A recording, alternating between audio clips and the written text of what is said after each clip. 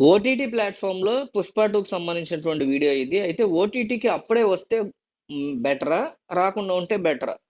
Yes అంటే త్వరగా రావాలి అని. నో అంటే రాకూడదు అని. మీరేమనుకుంటున్నారు? యాస్ ఎ అల్లు అర్జున్ ఫ్యాన్‌గా చెప్పండి. ఓటీటీకి త్వరగా వస్తే మంచిదనుకుంటున్నారా? రాకూడదనుకుంటున్నారా? యెస్ అయితే రావాలని కామెంట్ చేయండి యెస్ అని.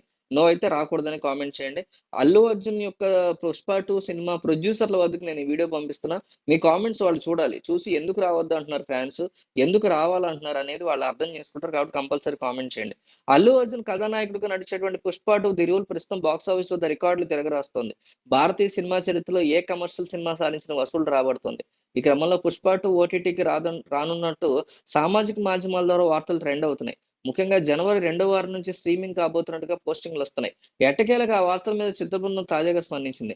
56 రోజులు అంటే థియేటర్‌లో విడుదలైన నాటి నుంచి కంటే ముందుగా ఓటీటీలో కూడా మూవీ రిలీజ్ కాదని స్పష్టం చేసింది. వెండితెర మీదే 'పుష్ప 2'ని చూసి హాలిడే సీజన్‌ని ఎంజాయ్ చేద్దామని వ్యాఖ్యానించింది. 'పుష్ప 2' ది రివ్యూలు ఓటీటీ స్ట్రీమింగ్ మీద అనేక వార్తలు తిరుగుతున్నాయి. రాబోయే అతిపెద్ద హాలిడే సీజన్‌లో ఈ మూవీని వెండితెర మీద ఆస్వాదించండి.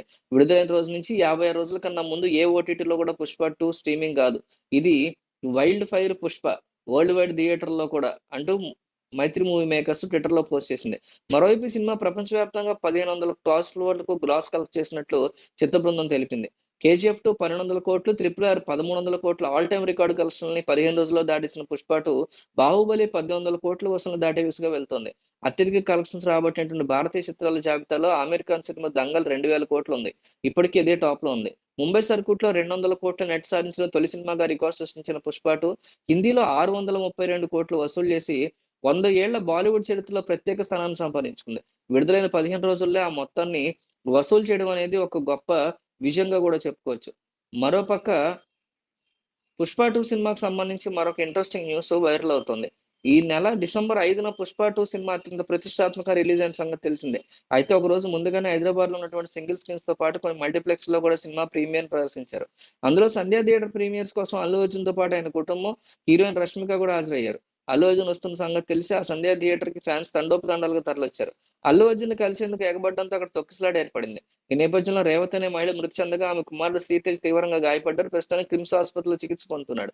అయితే తాజాగా చిక్కడపల్లి పోలీసులు సంధ్య థియేటర్ లైసెన్స్ విషయం మీద షోకాజ్ నోటీసులు ఇచ్చిన సంగతి తెలిసిందే. తొక్కిసలాట కారణంగా ఒకరి మృతి కారణమైనటువంటి సంధ్య థియేటర్ లైసెన్స్ ఎందుకు రద్దు చేయకూడదని ప్రశ్నిస్తూ షోకాజ్ నోటీసులు జారీ చేశారు. ఈ నోటీసుల మీద వారం రోజుల్లో వివరణ ఇవ్వకపోతే లైసెన్స్ కూడా రద్దు చేస్తామని హెచ్చరించారు. అయితే తాజాగా ఈ సంధ్య థియేటర్ తొక్కిసలాట ఘటన మీద ఎన్‌హెచ్‌ఆర్‌సీకి ఫిర్యాదైంది. అంటే నేషనల్ హ్యూమన్ రైట్ కమిషన్. ఈ ప్రచారం మోజులో పడి ప్రజల ప్రాణాలు తీశారని ఫిర్యాదుదారు పేర్కొన్నారు. ప్రేక్షకులను కంట్రోల్ చేయలేమని పోలీసులు చెప్పినా పట్టించుకోలేదని పేర్కొన్న ఫిర్యాదుదారు 'పుష్ప 2' చిత్ర యూనిట్ మీద ఖచ్చితంగా చర్యలు తీసుకోవాలని కోర్టుకెక్కారు. ఈ ఫిర్యాదు కరెక్టా? కాదా? అనే దాని గురించి కూడా మీరు కామెంట్ చేయండి.